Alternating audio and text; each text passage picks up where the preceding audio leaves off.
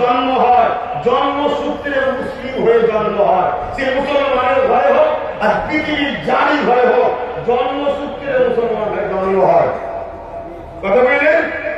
মুসলিম শব্দের মানে যে নিজেকে আল্লাহ ছাড়া চলে না, আল্লাহর উপরে উৎসর্গ করে রাখে।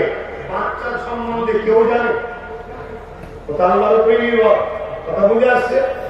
বুঝাবার জন্য বলছি, এই মুসলিম হয়ে জন্ম হয়, তার মানে প্রত্যেককেই আল্লাহ পাসপোর্টটা দিয়ে পাঠায়। বিদেশে যেতে গেলে কি লাগে? জোরে বলুন। শুধু পাসপোর্ট লাগে? ভিসা।